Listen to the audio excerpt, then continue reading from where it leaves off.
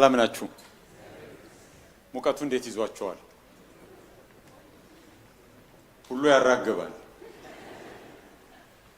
ህይወት እንደዚህ ነው። ሲዝን ይለዋወጣል። ልክ እንዳየሩ በህይወትም ውስጥ ለአንዳንዱ ሰው ይሄኛው በጣም የተመረጠ ነው። ትላንት ከሆኑ ሰዎች ጋር ነበርኩና ተኛለሁ አለኝ በሰላም እና ብርድ ላይ ነው መተኛት የሚቸግረኝ። እንዴት አርገት በደንብ ጋቢ ለብሻ አለኝ እና ለአንዳንዱ ይሄ ይመቻል፣ ለብዙዎቻችን ላይ ይመች ይችላል። ክረምት የሚመቸው ሰው አለ። ስፕሪንግ ደግሞ ለብዙዎች ይመቻል፣ ግን ደግሞ አለርጂ ደግሞ የብዙዎችን ይቀሰቅሳል at the same time። ስለዚህ በቃ ህይወት ሁሉንም ነው። አንዴ ደስታ፣ አንዴ ሀዘን፣ አንዴ መታጀብ፣ አንዴ ለብቻ መቆም፣ በቃ ብዙ አይነት ነገር በህይወት ውስጥ ያልፋል። የማይቀያየር ነገር የለም። ያገኘ ያጣል፣ ያጣ ያገኛል። ከፍ ያለ ዝቅ ይላል፣ ዝቅ ያለ ከፍ ይላል። ህይወት ሁሉም ምዕራፍ አለው። ሁሉ ጊዜ ግን ያለ በጽናት ያለ የማይለዋወጥ ማን ነው? እግዚአብሔር ነው አይደል? እግዚአብሔር ነው። በምንም አይነት ሁኔታ ውስጥ ያለው የኛ የሰሜን ኮከብ ማን ነው? እግዚአብሔር ነው። በየትም ሁኔታ ውስጥ ሰው ሆኖ አቅጣጫ ሲፈልግ የሚያውቁ ሰዎች እንደሚሉት ወደ ኖርዝ ስታር ነው አይደል የሚያዩት አለ። ስለዚህ ለኛ ሪፈረንሳችን ማን ነው? እግዚአብሔር ነው። በከፍታም በዝቅታም በመታጀብም ለብቻም በመሆን በማግኘት በማጣት በጤና በህመም በሙሉ ኃይል በሙሉ አቅም ስንሆን አቅም በማጣቱ ስንሆን በምንም አይነት ሁኔታ ሲዝኑ ሲለዋወጥ ከሲዝኖቹ በላይ ያለው እግዚአብሔር ነው። ቀና ስንል ሁሉ ጊዜም የት አለ? ባለበት እግዚአብሔር አለ። ቅርበቱ ይሰማናል አንዳንዴ ቅርበቱ አይሰማንም። እሱ ርቆ አይደለም፣ እሱ ባለበት አለ። ፊሊንጎች ይለዋወጣሉ፣ እግዚአብሔር ግን ሁሉ ጊዜ ባለበት አለ። ጌታ ይመስገን። ሁሌ ይህንን ማስታወስ ይገባናል። ህይወት አፕስ ኤንድ ዳውንስ አሉት፣ ግን እግዚአብሔር ሁሉ ጊዜ ታማኝ ነው። ጌታ ይመስገን። ባለፈው ያው ሮሜ የመጨረሻውን ምዕራፍ ጀምረናል። ሮሜ 16 ከሌሎቹ በተለየ ሁኔታ ከሌሎች የመልእክቶቹ አዘጋግ በተለየ ሁኔታ አፈጻጸም ሐዋርያው ጳውሎስ በጣም ብዙ ስሞችን ነው ይጠራ የነበረው። በጣም ብዙ ስሞች ተዘርዝረዋል እና ስሞቹ ፍሪኩዌንሲያቸው በዛን በነበረ ዓለም የተለያየ ነው። ትላንት እንደገና ቼክ ለማድረግ ሞክሬ ነበር። ማሪያ የሚለው ስም በዛን ወቅት በሰነዶች ላይ በተደረገ ጥናት በሮም የነበረ የግሪክ ስሞች በሚል 1600 ፕላስ ገደማ አለ ማሪያ። አቂላ የሚለው ስም ደግሞ 16 ጊዜ ነው ያለው። አንድ ጊዜ ያሉ ስሞች አሉ፣ ዜሮ ያሉት ስሞች አሉ፣ እዚህ ላይ ብቻ ያሉ። ፍሪኩዌንሲያቸው ብዙ ነገሮች ይናገራል። ያንዳንዶቹ ሙያቸውን ይናገራል፣ ያንዳንዶቹ ሶሻል ክላሳቸውን ስታተሳቸውን ይናገራል። ባሮች የነበሩ ከባርነት ነፃ የወጡ ሰዎች አሉ። ስለዚህ ቤተክርስቲያን ምን አይነት መልክ እንደነበራት ያሳያል ብለናል እና ትንሽ የተለየ ያየ ነው። በኋላም እህቶች በጣም ደስ ብሏቸው ኮሜንት አድርገውኛል እና ሐዋርያው ጳውሎስ በተለየ ሁኔታ እህቶችን ብዙ የሚደክሙ እጅግ ብዙ የሚደክሙ በሚል ኳሊፊኬሽን ደጋግሞ ጠቅሷቸዋል። ስለ ጁኒያ አንስተናል። አፖስቶሎስ እንደነበረች፣ አፖስቶሎስ ማለት ደግሞ ያው ሴት እንደነበረች መጀመሪያ አይተናል። ከዛ ደግሞ የተለየ አፖስቶሎስ እንደነበሩ ከባለቤቷ ጋር ሞስት ፕሮባብሊ እንደነበሩ አይተናል። አፖስቶሎስ የሚለው የተላከ የሚለው የተሻለ እንደሚገልጠው፣ ምክንያቱም በጣም የታወቁ ከሚለው ጋር የሚሄድልን። ስለዚህ በዚህ ዘመን ቋንቋ የታወቁ ሚስዮናውያን ብንላቸው የተሻለ ነገር እንደሚነግር አይተናል። በገንዘባቸው የሚያገለግሉ እንደ ፌበን አይነት ሰዎች ነበሩ። ቁጥር 1 እና ቁጥር 2 ላይ ሐዋርያው ጳውሎስ የጠቀሳቸው ሰዎች አሉ። ቤተክርስቲያኒቱ የተለያየ ክላስ የተለያየ ነገር ያላት ብትሆንም ግን አንድነታቸው የተጠበቀ እንደነበር አይተናል። ሐዋርያው ጳውሎስ አንድነታቸውን የገለጠበት ነገር አለ። የገለጠበት በዛ ሁሉ የክላስ ልዩነት በተለያየ ልዩነት ውስጥ ግሪካውያን፣ አይሁዳውያን፣ ሮማውያን አሉ። በምንድነው የተጠበቀው አንድነታቸው ስንል ሐዋርያው ጳውሎስ ላስት ዊክ አላየነውም፣ ግን ደጋግሞ የሚጠቅሳቸው ነገሮች አሉ። ለምሳሌ በክርስቶስ የሚለውን 4 ጊዜ ያህል ጠቅሷል። በክርስቶስ ቁጥር 3 ላይ በክርስቶስ ኢየሱስ አብረውኝ የሚሰሩ ይላል። ቁጥር 7 ላይ በሐዋርያት መካከል ስመጥሮች ለሆኑ ደግሞም ክርስቶስን በማመን ለቀደሙኝ ብሎ ይናገራል። ቁጥር 9 ላይ በክርስቶስ አብሮን ለሚሰራ፣ ቁጥር 10 ላይ በክርስቶስ መሆኑ ተፈትኖ ለተመሰገነው ብሎ ይናገራል። ስለዚህ በክርስቶስ የሚለውን 4 ጊዜ ይጠራል። መልሶ ደግሞ በጌታ የሚለውን 5 ጊዜ ይጠራል። በጌታ ቁጥር 8 ላይ በጌታ ለምወደው ይላል። ቁጥር 11 ላይ በጌታ ላሉት ሰላምታ አቅርቡልኝ ይላል። ቁጥር 12 ላይ ሁለት ጊዜ በጌታ ሆነው ለሚደክሙ፣ ቀጥሎ በጌታ እጅግ ለደከመች ብሎ ይናገራል። ቁጥር 13 ላይ በጌታ ሆኖ ለታወቀ፣ በክርስቶስ በጌታ እያለ ነው የሚናገረው። እንደገና እህቶች ወንድሞች እያለ ደግሞ ቤተሰባዊ ቃላትን ይጠቀማል። ለምሳሌ ቁጥር 1 ላይ እህታችን ፌበን ብሎ ነው የተናገረው። ቁጥር 14ም ላይ ደግሞ ወንድሞች ይላል። ስለዚህ በዚህ ሁሉ ልዩነት መሃል አንድነታቸው እንዴት ነው የተጠበቀው የሚለውን በክርስቶስ በጌታ እህቶች፣ እህታችን፣ ወንድሞች እያለ ቤተሰባዊ ነገር ሲጠራ ይሄ ነገር ነው አንድነታቸውን የጠበቀውና በዚህ መልኩ ነው የጠራቸውን ሰዎች በሙሉ የገለጠባቸው ነገሮች አሉ። ስለ እያንዳንዳቸው በርትተው የሚሰሩ ሰዎች፣ በመታሰር የደከሙ ሰዎች፣ ብዙ ዋጋ የከፈሉ ሰዎች፣ በጌታ ተፈትነው የተመሰከረላቸው ሰዎች፣ ብዙዎችን የሚቀበሉ ሰዎች እያለ ስለ እያንዳንዳቸው የሚገልጸው ነገር አለ እና እኛ ብንጽፍ እኛ ከህብረታችን ገለል ብለን ስለዛ ሪፍሌክት ስናደርግ ስማቸውን ስንጠራ እንዲህ የምንናገርላቸው ሰዎች አሉ። በጌታ እንደዚህ አብዝተው የሚደክሙ፣ እንደዚህ ይቀበሉን የነበሩ፣ እንደዚህ የሚታትሩ፣ እንደዚህ ፍቅራቸው የተገለጠ እያልን እሱ እያንዳንዱን ሰው ሲዘረዝር ዝም ብሎ ሌጣውን ስማቸውን አይደለም ማለት ፓስተር፣ መጋቢ፣ ሐዋርያ፣ አቶ በዚህ ዘመን እንደሱ ካላልን ነው አይደል? እሱ ግን እንደሱ አይደለም ያለው። ለእያንዳንዳቸው ፓስተር፣ ወንጌላዊ፣ ሐዋርያ፣ አቶ፣ ወይዘሮ፣ ዶክተር፣ ማስተር አይደለም የሚለው። ምንድነው? በጌታ የሚደክሙ በጌታ የሚተጉ እጅግ በጣም ለሚደክሙ በጌታ ተፈትነው ለተረጋገጠላቸው እኛንም ሌሎችንም ለሚቀበሉ ለሚያሳርፉ እያንዳንዳቸውን በማንጠልጠያ ነው የጠራቸው አይደል? አንዳንድ ትልልቅ ሰዎች ዝም ብለን ስማቸውን ስንጠራ ጀበና እንኳን ነው ማንቆርቆሪያ እንኳን ማንጠልጠያ ያለው ይላሉ እና ዝም ብሎ ትልልቅ ሰዎችን በስም አይጠራም። እዚህ ጋር ያሉ አማኞች ዝም ብለው አይደለም ስማቸው የተጠራው፣ ገላጭ ነገር ነበራቸው።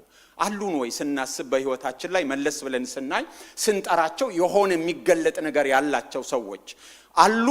እኛስ ያንን ነገራቸውን መዝግበናል ወይስ ተጠቅመን አልፈናል? እና ስንጠራ ስማቸውን እንደዚህ በጌታ የሚደክም በጸሎት የሚተጋ በማስተማር በፍቅር በህብረት ሰዎችን በማስተባበር ብለን የምንዘረዝራቸው ሰዎች በህይወታችን መኖር አለባቸው። በጌታ ቤት ውስጥ እኛ ማሰብ አለብን፣ ማስታወስ አለብን፣ መመዝገብ አለብን። በዛ የተገለጠውን የእግዚአብሔር ሥራ፣ በዛ የተገለጠውን የእግዚአብሔር ፍቅር፣ በእነሱ የተገለጠውን መርሳት የለብንም። ሐዋርያው ጳውሎስ እሱን ነው ያሳየን እና በመጀመሪያ ያመኑ በዚህ ከተማ በማመን በኩር የሆነ እያለ ይጠቅሳል እና አንዳንድ የመጀመሪያ አማኞችን ሳይቀር መቼ እንዳመኑ ማለት ቀዳሚ ናቸው ወይስ ኋለኛ ብቻ ሳይሆን አሁን በምን ሁኔታ እንዳሉ ራሱ ሐዋርያው ጳውሎስ ያስታውስ ነበርና የምናስታውሰው ነገር አለን ወይ የሚለውን መጠየቅ እፈልጋለሁ። እኔ አለኝ ከዚህ ጉባኤ ብርቅ የምናገረው ብዙ አለኝ። በመልካም በበጎ በቸርነት በደግነት በፍቅር በትጋት በእግዚአብሔር ሰውነት የምጠቅሳቸው ሰዎች አሉኝ። ሁላችንም እንደሚኖረን አስባለሁ። በዚህ ጉባኤም ከዚህ በፊት በነበረንም ነገር ማለት ነው። እስከ ቁጥር 16 ባለፈው ሳምንት ይሄን አይተናል። እንደዚህ አይነት ሰዎች ይብዙልን። አሜን። አዎ በማንጠልጠያ የምንጠራቸው ዝም ብለን ስማቸውን ሌጣውን ሳይሆን በጌታ የሚደክሙ በጌታ የሚተጉ በጸሎት የበረቱ በፍቅር የሚታወቁ እያልን በማንጠልጠያ የምንጠራቸው ማለት ነው። ዛሬ ከቁጥር 17 ጀምሮ ነው የምናየው። ቆመን እናንብብ።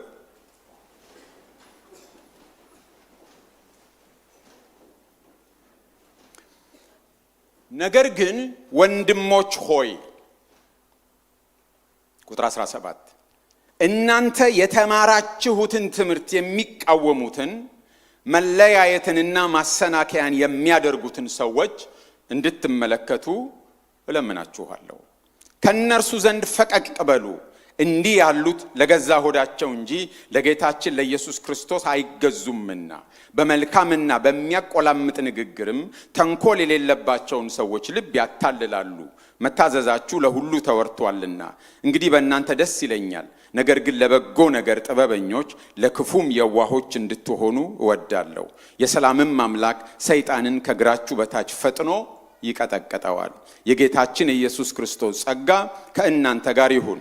አብሮኝ የሚሰራ ጢሞቴዎስ፣ ዘመዶቼም ሉቂዮስ እና ኢያሶን፣ ሱሲጴጥሮስም ሰላምታ ያቀርቡላችኋል።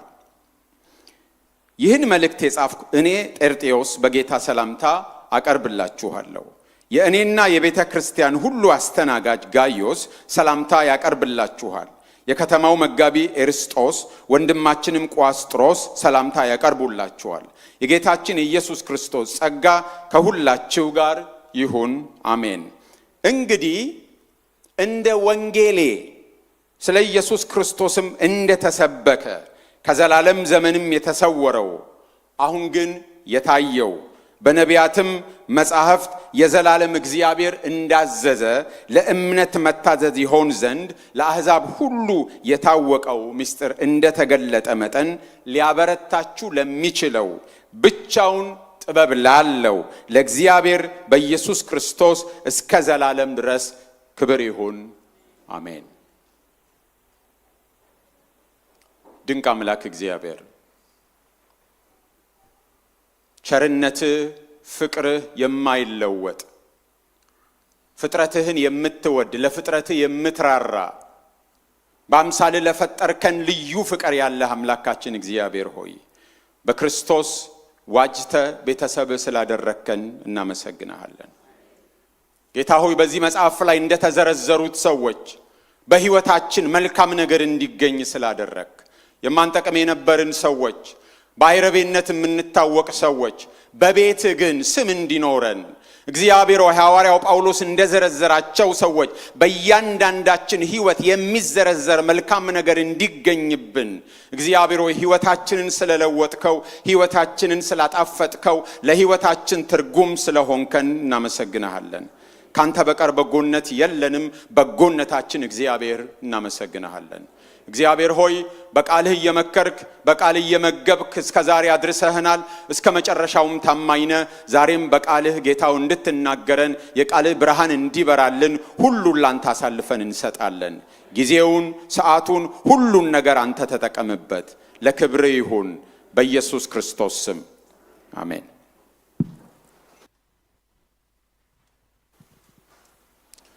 ልክ ወደ ቁጥር 17 ስንደርስ የሆነ ማርሽ ሲቀየር ይታወቀናል።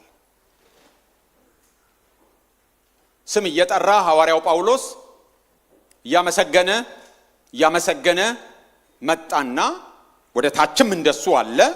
መሃል ላይ ግን የሆነ ነገር ዞር ሲል ነው የምናየው። ስለ ሐሰተኞች መናገር ጀመረ። በዚህ ምክንያት ሰዎች የመጽሐፍ ቅዱስ አዋቂዎች የሚያነሱት ጥያቄ አለ። ለምንድነው ሐዋርያው ጳውሎስ እዚህ መሃል ድንገት ከሌላ ቦታ የመጣ የሚመስል አይነት ስሜት አለው? ለምንድነው የሚል ጥያቄ ይነሳል። ምናልባት ሐዋርያው ጳውሎስ ሐሰተኞች ስለመምጣታቸው የሰማው ወደ ሮሜ ከተማ ከዚህ በፊት ደጋግመን እንዳልነው ወደ ሮሜ ሐዋርያው ጳውሎስ አልሄደም።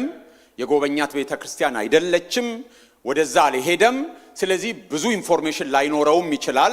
ግን መልእክቱን እየጨረሰ ያለ ሐሰተኞች ወደዛ እየሄዱ ስለመሆናቸው ወይም ስለመድረሳቸው ወይም ስላስከተሉት ኢምፓክት በዛ ሰዓት የተረዳ ሊሆን ይችላል።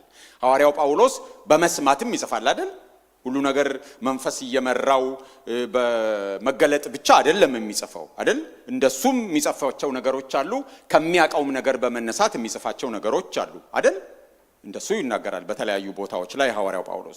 ስለዚህ ምናልባት ደብዳቤውን እየጨረሰ ባለበት ሞሜንት እነዚህ ሐሰተኞች ወደዛ ስለማምራታቸው ወይም የሆነ አይነት ውጤት ስለማስከተላቸው ኢንፎርሜሽኑ ሲደርሰው ደብዳቤው መዝጊያ ላይ ይሄንን ጉዳይ እንዳስገባ ማሰብ ይቻላል። በዚህ ጉዳይ ላይ እነማን ናቸው እነዚህ ሐሰተኞች ብለን ብንጠይቅ ሐዋርያው ጳውሎስ ግልጽ ነገር አልነገረንም። በዚህ ቦታ ላይ በሌሎች መልእክቶች ላይ ሐዋርያው ጳውሎስ የሆኑ ሐሰተኞችን ሲያስነሳ ሲጠቅስ ስማቸውን ሲያነሳ ምን እንደሚያስተምሩ ያሳውቃል። ለምሳሌ በገላትያ የጻፈባቸው ሰዎች ምን እንደሚያስተምሩ እናውቃለን። ቆሎሳይስ ያሉ እንደው በጣም በዲቴልም ባይሆን ምን ላይ እንደሚያጠነጥኑ ትኩረታቸው ምን ላይ እንደሆነ እናውቃለን። በቆሮንቶስ ቤተክርስቲያን ምን ላይ እንደሆነ ርዕሰ ጉዳዩ የተነሳው እናውቃለን። በሮም ቤተክርስቲያን ግን እነዚህ ሐሰተኞች ምንድነው የሚያስተምሩት? ክርስቶስ በሥጋ አልመጣም ነው የሚሉት? ምንድነው የሚሉት? ሕግን ጠብቁ ነው የሚሉት? ለመዳን ሕግ ያስፈልጋል ነው የሚሉት? ምንድነው የሚሉት ብለን ብንጠይቅ እዚህ ቦታ ላይ ምንም መልስ አናገኝም። ሐዋርያው ጳውሎስ የሰጠን ነገር ጥቅል ነገር ነው የሰጠን። በጥቅል ስለ ሐሰተኞች ብቻ ነው የነገረን። በጥቅል መሆኑ በየትኛውም ዘመን የሚኖሩ ሐሰተኞች በጥቅል ልንመለከታቸው እንድንችል እድል ይሰጠናል። አንዳንድ ጊዜ በጣም ዝርዝር የሆኑ ጉዳዮች ስፔሲፊክ ለሆነ ጉዳይ ብቻ ሊሆን ይችላል። ስለዚህ ለሌላ ጊዜ ለመጠቀም ሊያስቸግር ይችላል። እንዲህ አይነት ጄኔራል የሆነ መልእክት ግን ለየትኛውም ዘመን በቀላሉ አፕላይ እንድናደርገው ያግዘናል እና ሐዋርያው ጳውሎስ ይህን ቢረዳም ባይረዳም እግዚአብሔር ግን በሐዋርያው ጳውሎስ በኩል እያስተላለፈልን ያለው ለሁሉም ጊዜ የሚሆን መልእክት ነው እያስተላለፈልን ያለው። እነዚህ ምንድነው የሚያደርጉት? ሐሰተኛ አስተማሪዎች ምንድነው የሚያደርጉት ብለን ብናነሳ ሶስት ነገሮችን መመልከት እንችላለን። የመጀመሪያው እነዚህ ሐሰተኞች ቤተክርስቲያንን ይከፋፍላሉ። ቤተክርስቲያንን ይከፋፍላሉ። ነገር ግን ወንድሞች ሆይ እናንተ የተማራችሁትን ትምህርት የሚቃወሙትን መለያየትንና ማሰናከያን የሚያደርጉትን ይላል። ስለዚህ መለያየትን የሚፈጥሩ ናቸው። ይለያያሉ፣ ይከፋፍላሉ። ይሄ የዲያብሎስ ስራ ነው። መለያየት፣ መከፋፈል የዲያብሎስ ስራ ነው። ብዙውን ጊዜ የመጀመሪያው የሁለተኛው መንስኤ ነው የሚሆነው። አንድነት ሲኖር በቤተ ክርስቲያን መካከል ዲያብሎስ መግቢያ ቀዳዳ ያጣል። ስለዚህ መጀመሪያ መከፋፈልን ይፈጥራል በቤተ ክርስቲያን መካከል፣ በቅዱሳን መካከል። ከተከፋፈሉ ሰይጣን የሚገባበትን እድል ፈንታ ያገኛል። ስለዚህ መጀመሪያ መከፋፈልን ነው የሚፈጥረው። ሐሰተኞች በቤተ ክርስቲያን ላይ የሚያመጡት ክፉ ውጤት አንዱ ይከፋፍላል። ቤተ ክርስቲያንን የሐሰት አስተምሮ ይከፋፍላል። የሚከፋፍሉት በዋናነት አስተምሮን በማበላሸት ነው። ምክንያቱም ምን ብሎ ጠቅሶታል? የተማራችሁትን ትምህርት የሚቃወሙትን ብሎ ነው።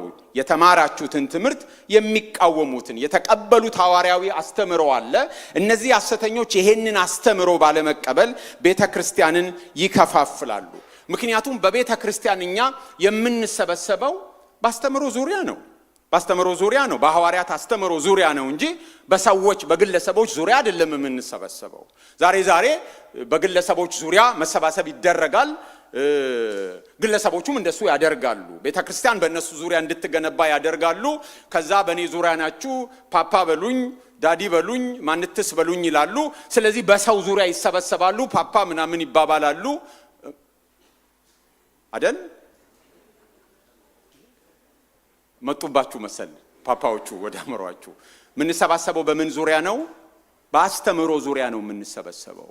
በአስተምሮ ዙሪያ ሐዋርያት ባስተማሩን አስተምሮ ዙሪያ ነው እንጂ ጤናማዋ ቤተክርስቲያን የምትሰበሰበው በእውነተኛ አስተምሮ ዙሪያ ነው እንጂ በግለሰቦች ዙሪያ፣ በፓፓዎች ዙሪያ፣ በዳዲዎች በእናባቢ ዙሪያ አይደለም። የምንሰበሰበው በክርስቶስ ወንጌል ሐዋርያት በሰጡን አስተምሮ ዙሪያ ነው የምንሰበሰበው።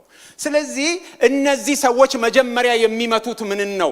የሐዋርያትን አስተምሮ፣ የተቀበላችሁትን አስተምሮ አይቀበሉም። አስተምሮ ከተመታ በኋላ ደግሞ ምንን ያመጣሉ ማለት ነው? መከፋፈልን ያመጣሉ። ስለዚህ አንድነትን ለማምጣት በጣም መያዝ ያለብን አስተምህሮን ነው። በዋናነት እምነትን ነው መያዝ ያለብን። እምነትና አስተምሮን ይዘን ነው ህብረትን ማስጠበቅ ያለብን። እውነትና ህብረት በአንድነት መያዝ ያለባቸው ነገሮች ናቸው። አንዱን ይዘን አንዱን ስናጎድል ችግር ይፈጠራል። እውነቱን ይዘን ለህብረት ግድ የማይለን ከሆነ እኛ ብቻ ነን እውነተኞቹ፣ ሌሎች በሙሉ ሐሰተኞች ናቸው፣ እውነቱ በሙሉ ተጠቃሎ ያለው እኛ ጋር ብቻ ነው የሚል ተአብዮ ውስጥ እንገባለን። ስለዚህ እውነቱን ይዘን at the same time ደግሞ ህብረቱን ማስጠበቅ አለብን። ህብረቱን አስቀድመን እውነትን ችላ የምንል ከሆነ ደግሞ ከወንጌሉ እውነት እናፈነግጣለን። ዋናው ህብረት ነው የምንል ከሆነ፣ አስተምሮን አጥብቀን ማንይዝ ከሆነ፣ እውነትን ቦታ ማንሰጥ ከሆነ ከወንጌሉ ማዕከላዊነት እንርቃለን። ዋናው ህብረት አይደለም። እውነትና ህብረትን በአንድነት መያዝ ያስፈልገናል። እውነትን ብቻ ይዘን ለህብረት ግድ የሌለን ከሆነን ተአብዮ ውስጥ እንገባለን። ይገባል። በቤተክርስቲያን ደረጃ ይገባል፣ በህብረት ደረጃ ይገባል፣ በግለሰብ በአገልጋዮች ደረጃ ይገባል።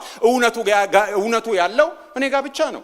እውነቱ ያለው እኛ ጋር ብቻ ነው። ከኛ ውጪ ሌላ ሁሉ ርኩስ ነው፣ እኛ ብቻ ነን ቅዱሳን የሚል ነገር ውስጥ ስለሚገባ እውነቱንም ህብረቱንም ነው መያዝ ያለብን በአንድነት። ከተአብዮም የሚጠብቀን ከወንጌል ማዕከል ከእውነቱም እንዳንርቅ የሚጠብቀን ይሄ ነው። ሐሰተኞች ከፋፋዮች ናቸው ሁሉ ጊዜ። በሌሎች ቦታዎችም ሐዋርያው ጳውሎስ ይናገራል።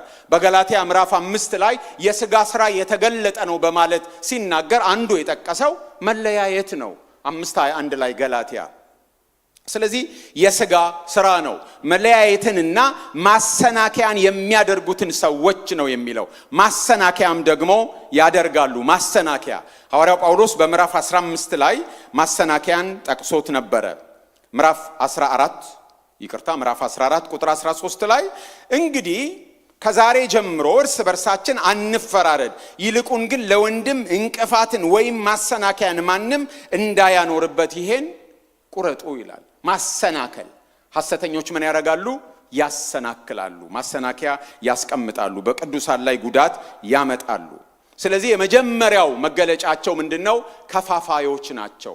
አንድነትን ያፈርሳሉ፣ መለያየትን ይዘራሉ፣ ቤተክርስቲያንን፣ ቅዱሳንን፣ ወንድሞችና እህቶችን ይከፋፍላሉ። እነዚህን ነው የሚጠቅሳቸው። ሁለተኛ የሐሰተኞቹ መገለጫ ሁለተኛ ክርስቶስን ሳይሆን ራሳቸውን ያገለግላሉ። ክርስቶስን ሳይሆን ራሳቸውን ያገለግላሉ። ቁጥር 18 እንደሱ ነው የሚለን። እንዲህ ያሉቱ ለገዛ ሆዳቸው እንጂ ለጌታችን ለኢየሱስ ክርስቶስ አይገዙምና ነው የሚለው። ለምናቸው ነው? ለገዛ ሆዳቸው ነው የሚለው። ሆዳቸው ትልቅ ነው ማለት አፕታይታቸው ብዙ ነው። የጥቅም አፕታይታቸው፣ የዝና አፕታይታቸው፣ የክብር አፕታይታቸው፣ የእገሌ የመባል አፕታይታቸው በጣም ከፍተኛ ነው። ለጥቅማቸው ነው እነዚህ ሰዎች፣ ለክርስቶስ አይደሉም። የሚያገለግሉበት አጀንዳ ምናቸው ነው? ሆዳቸው ነው። በፊልጵስዩስ መልእክትም ላይ ምዕራፍ 3 ላይ ሐዋርያው ጳውሎስ ሆዳቸው አምላካቸው ነው ይላል። በጣም ስትሮንግ ተርም ነው። ሆዳቸው ምናቸው ነው? አምላካቸው ነው። ያመልኩታል። አፕታይታቸውን የማይረካ ፍላጎት አላቸው። ትኩረታቸው የሚኖሩለት፣ የሚሰግዱለት፣ የሚገዙለት፣ የሚያረጉትን ነገር ሁሉ የሚያደርጉት ለምናቸው ነው? ለሆዳቸው ነው። በዚህም ስፍራ የሚገዙት ለምናቸው ነው ይላል?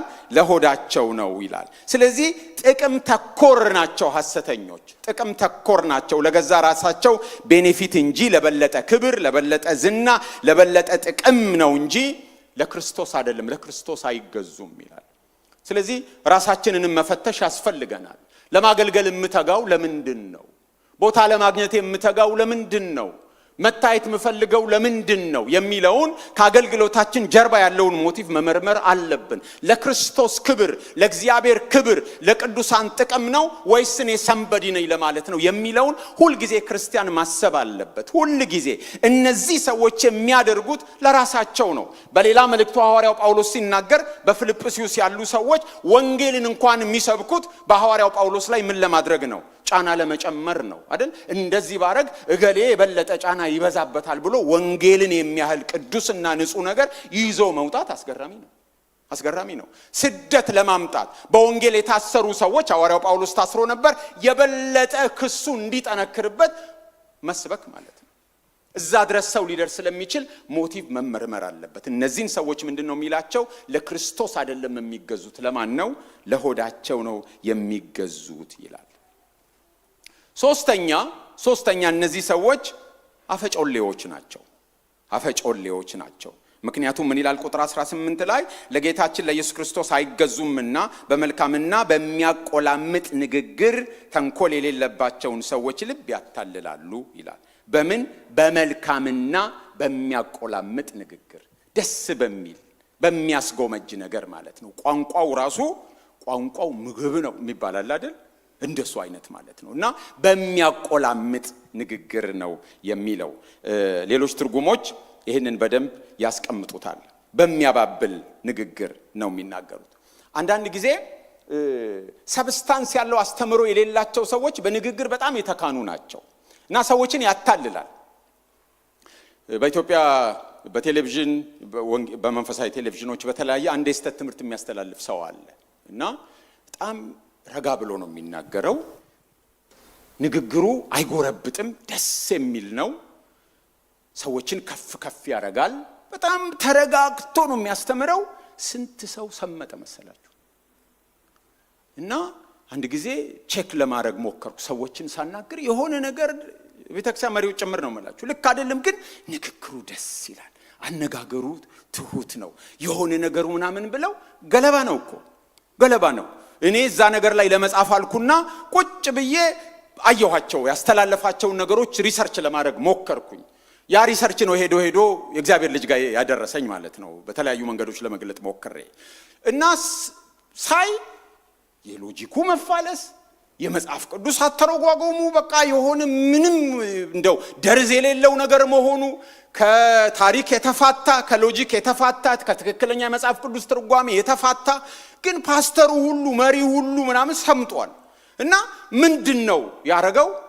ረጋ ብሎ ደስ በሚል ንግግር ወዘናው ራሱ ደስ ይላል። መጣላችሁ መሰለኝ ስም አልጠራም። በምን አይነት ንግግር? በሚያቆላምጥ ንግግር።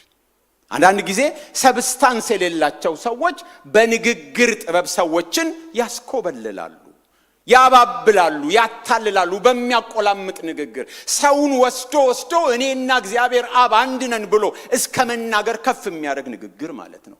ጉባኤውን እኔና አብ አንድ ነን በሉ ሲባል ጉባኤ በሙሉ እኔና አብ አንድ ነን ብሎ የሚፎከርበት ደስ የሚል ሰውን ወስዶ እዚህም መጥቶ እንዳይሆን መሰለኝ።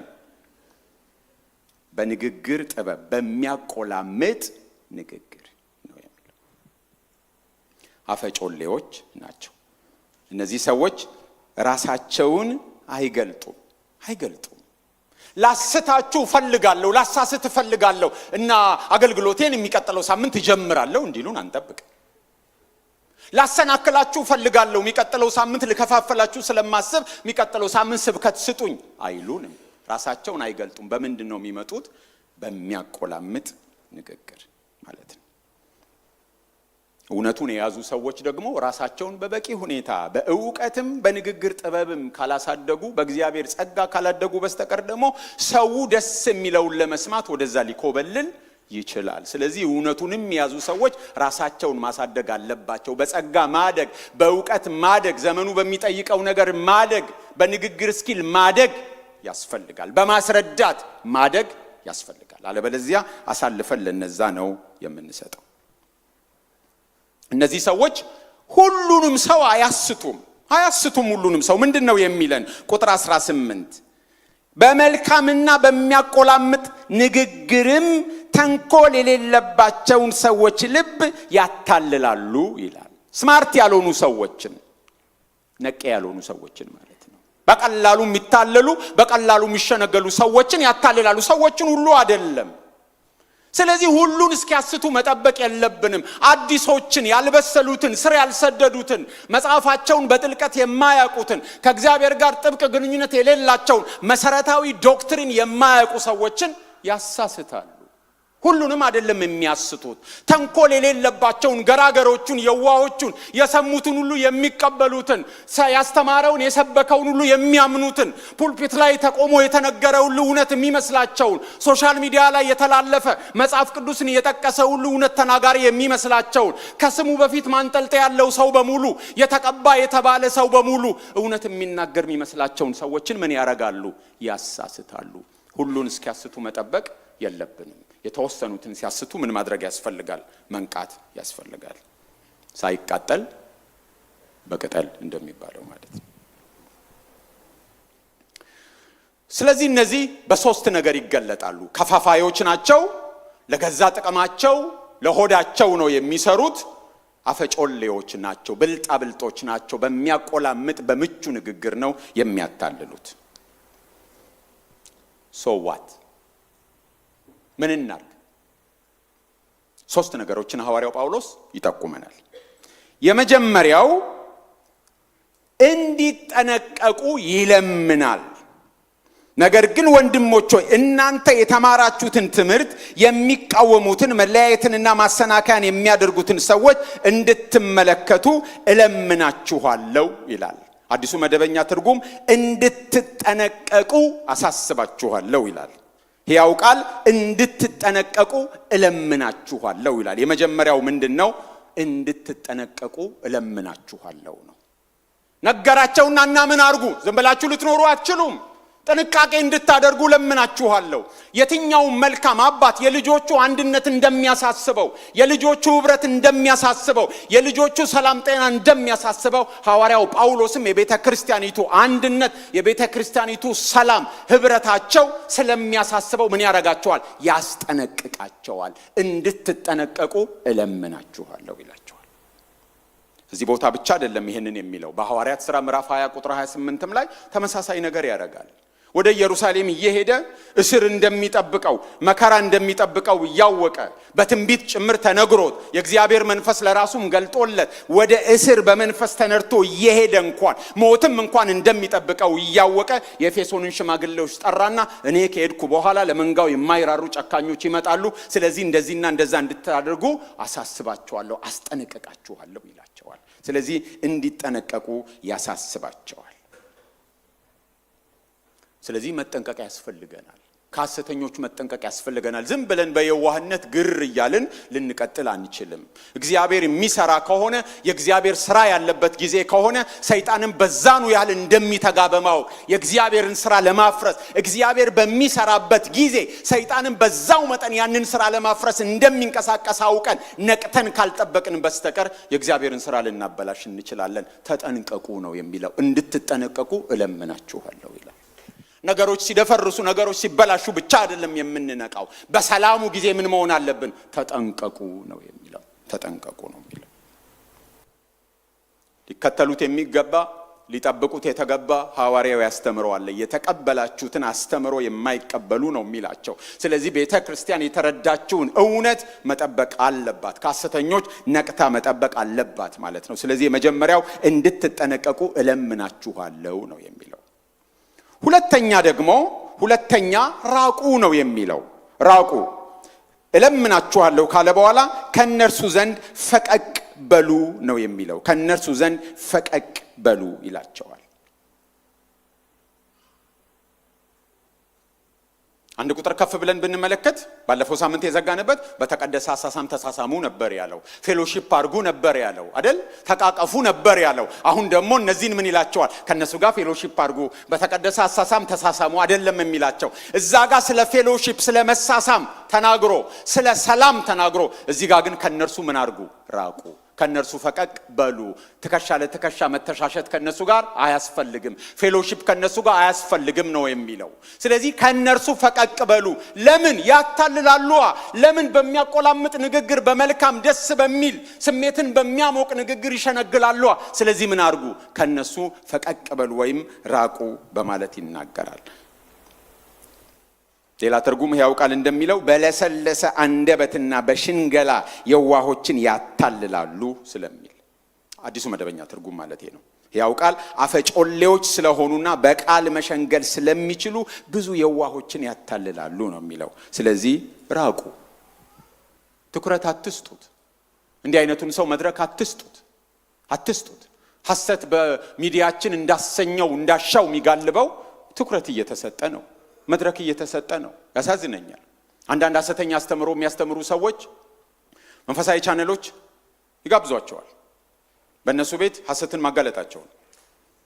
ቅድም የጠቀስኩት ሰው ካለበት ሀገር ወደ ኢትዮጵያ ፍሪኩዌንትሊ ይመላለሳል። በመጣ ቁጥር ይጋብዙታል በእነሱ ቤት ማጋለጣቸውን እና አንዳንዴ ይነግሩኛል እና ምን ጥያቄ እንጠይቀው በምን በቃ ትምህርቱ ክፍተት ስላለው እዚህ ላይ ስለተዘጋጀ ምን እንበለው እና ጥያቄዎች አውጣና ላክልን ይሉኛል።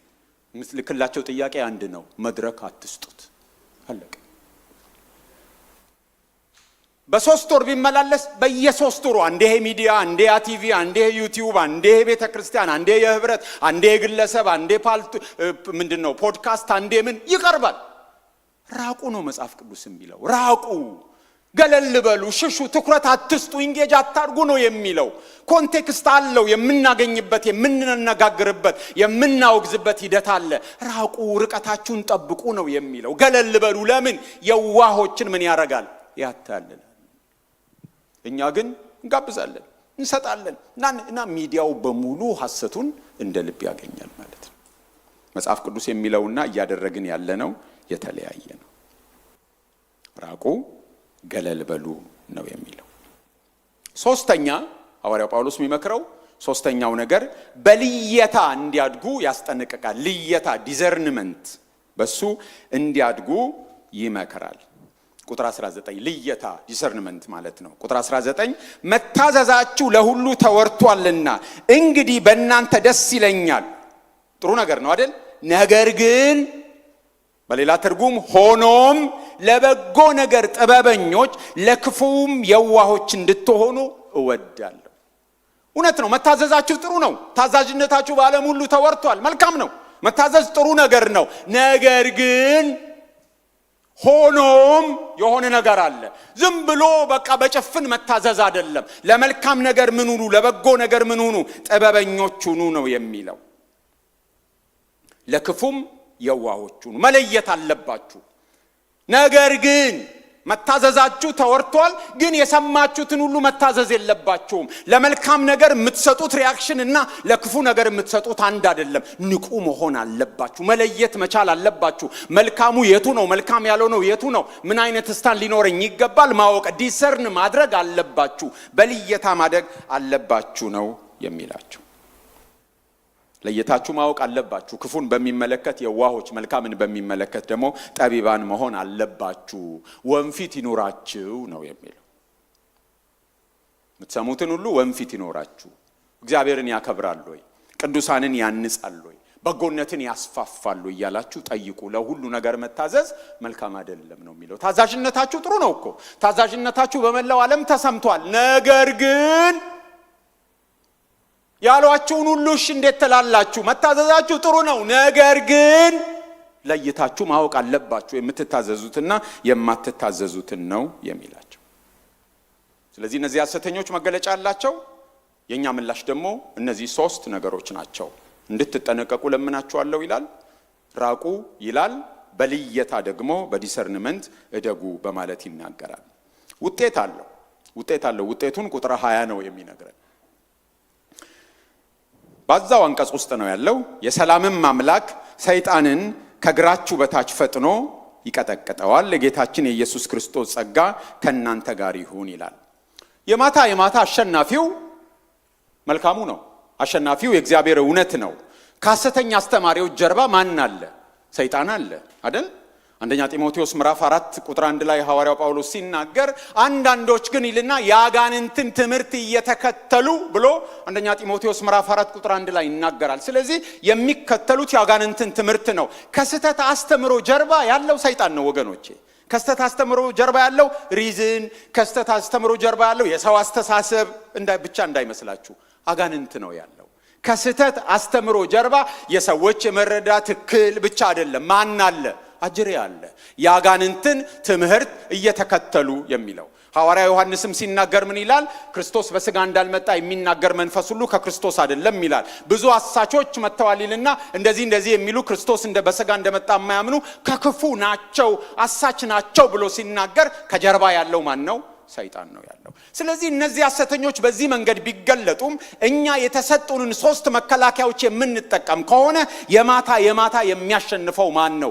እውነት ነው የሚያሸንፈው። የቤተ ክርስቲያን እውነት ነው የሚያሸንፈው። የእግዚአብሔር እውነት ነው የሚያሸንፈው። ስለዚህ ምን ይሆናል ማለት ነው? እግዚአብሔር ሰይጣንን ከግራችሁ በታች ምን ያደርገዋል? ይጥለዋል ነው የሚለው። ጌታ ይመስገን። ሰይጣንን ምን ጥለው እኛ አይደለንም። ማን ነው የሚጥለው? እሱ ነው ይጥለዋል ይላል። መጣል የሱ ነው ከግራችን በታች። ስለዚህ መርገጥ ደግሞ የማን ነው? የኛ ነው አይደል? የኛ ነው። ሰይጣን መሸነፉን አያምንም። በጣም እፍርታም እንደሆነ ታውቃላችሁ። በጣም እፍርታም ነው። ለሰዎች ከአጋንንት ነፃ መውጣት ሲጸለይ፣ ለዴሊቨረንስ ሲጸለይላቸው ሁሌም የሚለው አልለቅም፣ አልወጣም፣ አሸናፊ ነኝ፣ ማን ወንድ እኔን ያስወጣኛል? የተሸነፈ እኮ ነው። ገና ልናሸንፈው አይደለም። የተሸነፈ ጠላት ነው። ግን ሁሉን የሚገዛው በማፈር እንዳሸናፊ፣ እንደ በላይ፣ እንደ ጌታ እንዳይነኬ ሆኖ ራሱን ስለሳለ ማን ወንድ ከኔ ቁጥጥር ያመልጣል ነው የሚለው። ስለዚህ መንገር አለብን። ተሸንፈሃል፣ ተረተሃል፣ አመንክም አላመንክም አብቅቶልሃል ነው በቃ። ስለዚህ እኛንን ምን ገልጠው ምን ነግረው እንጂ እሱ ፍርታም ነው። ሰይጣንን ከግራችሁ በታች ምን ያደርገዋል? ይጥለዋል። ሽንፈቱን ላለመቀበል ይፍጨረጨራል። ግን ደግሞ ጌታችን ከእግራችን በታች ሲጥለው የምንቆምበት እኛ ነን። ጌታ ይመስገን። ጌታን ምን ብሎ ነው የጠራው? እዚህ ጋር ሐዋርያው ጳውሎስ የሰላምም አምላክ ነው የሚለው። የሰላም አምላክ ምዕራፍ 15:33 ላይ ጠርቶታል። ግን እዚህ ጋር የሰላም አምላክ ከላይ ስለምን አውርተናል? ስለ መለያየት፣ ስለ መከፋፈል፣ መሰናክል ስለማኖር፣ የዋሆችን ስለማታለል ነበር የተነገረው። ሁከት፣ መከፋፈል፣ መለያየት የሰይጣን ነው። እግዚአብሔር ግን የማን ነው? የሰላም አምላክ ነው ይላል። ይሄ የሰላም አምላክ የመከፋፈልና ማሰናከያ የማስቀመጥን አለቃ የሰላም አምላክ ከፋፋዩን ምን ያደርገዋል? ከእግራችሁ በታች ምን ያደርገዋል? ይጥለዋል። አያሽሞነሙነው፣ አያባብለው። የመጨረሻው ዘላቂው እውነተኛው ሰላም የሚመጣው በዲያብሎስ መወገድ ነው። ከክፉዎች ከከፋፋዮች ጀርባ ዲያብሎስ አለ። ነገር ግን ይሄም እንዲሆን ምን ያስፈልገናል? የክርስቶስ ጸጋ ያስፈልገናል። ቁጥር 20 እሱን ነው የሚነግረን። የሰላምም አምላክ ሰይጣንን ከእግራችሁ በታች ፈጥኖ ይቀጠቅጠዋል። የጌታችን ኢየሱስ ክርስቶስ ጸጋ ከእናንተ ጋር ይሁን ይላል። ያለ ክርስቶስ ጸጋ ሰይጣንን ልንረግጥ አንችልም።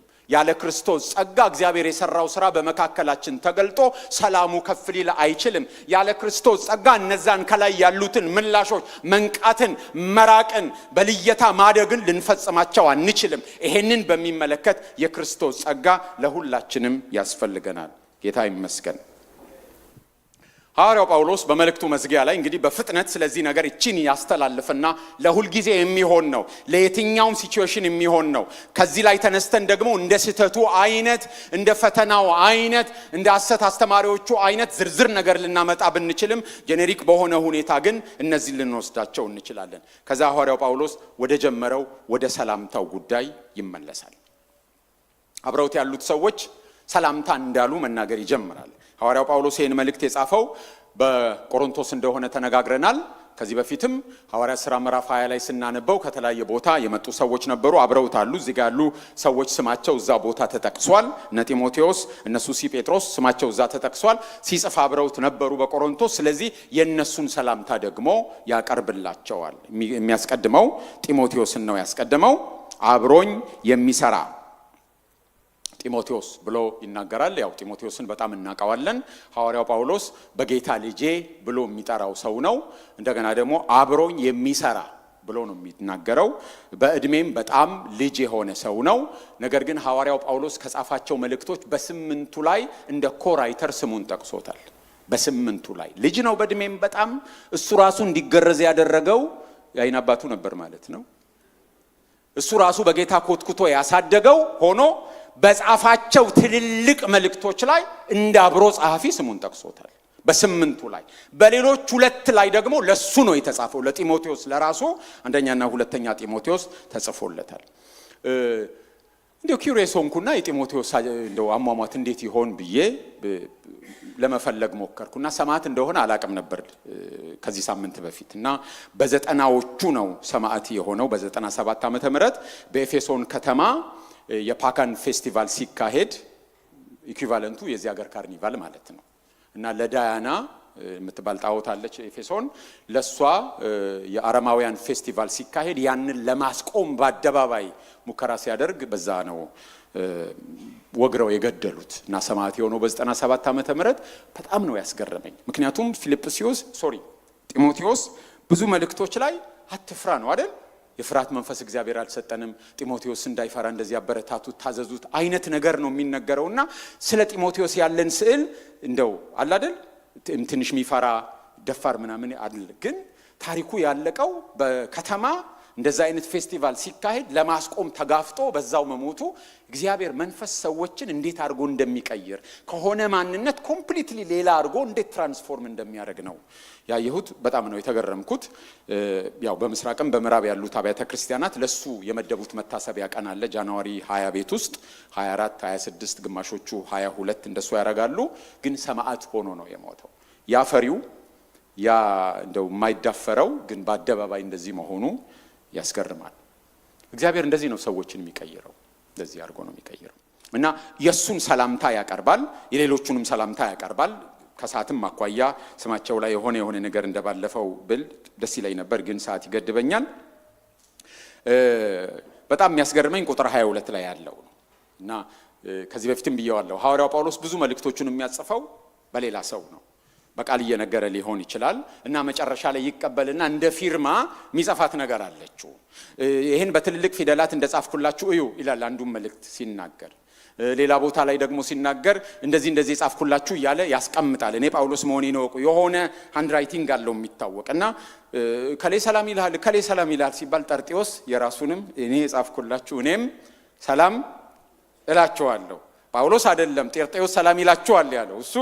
በዚህ ዘላለማዊ በሆነ መልእክት ላይ እኔም አገልጋይ ነኝ፣ እኔም ቦታ አለኝ፣ ስለዚህ እኔም ሰላም እላችኋለሁ ብሎ ጻፈና ላይ ስናገኘው ሰማይ ቤት አነበብናት እኮ ሰላምታህን አንተ ነህ ለካ የጻፍከው የምንለው አይነት ይመስለኛልና ሁኔታው በጣም ደስ አለኝ ሳስበው።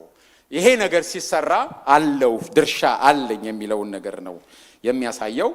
ጠርጤዎስ ሰላምታ ያቀርባል። ከቁጥር 17 እስከ 20 ያለውን ምናልባት ራሱ ጳውሎስ የጻፈው ሊሆን ይችላል፣ ግን እቺን ቦታ ጠርጤዎስ ያስገባል። ከዛ ሐዋርያው ጳውሎስ ይቀጥላል። ጋዮስን ይጠቅሳል። ጋዮስ በጣም ኮመን ኔም ስለሆነ ሌሎች ቦታዎችም ላይ እናነባዋለን። ዮሐንስ መልእክት ላይ እናነባዋለን፣ ሐዋርያት ሥራ ውስጥ እናነባለን። የተለመደ ስም ነው። እሱን ያነሳል። ሰላምታ ያቀርብላችኋል ይላል። የከተማው መጋቢ ኤርስጦስ ወንድማችንም ቋስጥሮስ ሰላምታ ያቀርቡላችኋል በማለት ይናገራል። መጋቢ ማለት ፓስተር ማለት አይደለም። የከተማው ፓስተር ምናምን ብለው ሰዎች እንዳያስቡ ማለት ነው አይደለም። መጽሐፍ ቅዱሳችን ላይ መጋቢ የሚለው ቃል እንደ ታይትል ሼፐርድ ተብሎ ያለው አንድ ቦታ ብቻ ነው። ኤፌሶን ምዕራፍ ስንት ላይ ነው? ስንት ላይ? ኤፌሶን ምዕራፍ 5 ቢሮዎች የምትሏቸው ማለት ነው። ቢሮ የለም ግን የምንላቸው ኦኬ። ሌሎች ቦታዎች ላይ ስራው ነው የተቀመጠው። ሼፐርዲንግ እያለ ስራው ነው እንጂ በናውን መልክ የተጻፈው አንድ ቦታ ብቻ ነው። ይሄንን መጋቢ የሚለው አስተዳዳሪ እንደማለት ነው። ሌሎች ትርጉሞችን ብናይ ለምሳሌ አዲሱ መደበኛ ትርጉም የከተማይቱ ግምጃ ቤት ሹም ይለዋል። የከተማይቱ ግምጃ ቤት ሹም። አዲስ ትርጉም ደግሞ የከተማይቱ በጅሮንድ የሆነው። በጅሮንድ ምን ማለት ነው? ገንዘብ ያዥ ማለት ነው። በጅሮንድ ይለዋል። ሕያው ቃል የከተማይቱ ማዘጋጃ ቤት ገንዘብ ያዥ ይለዋል።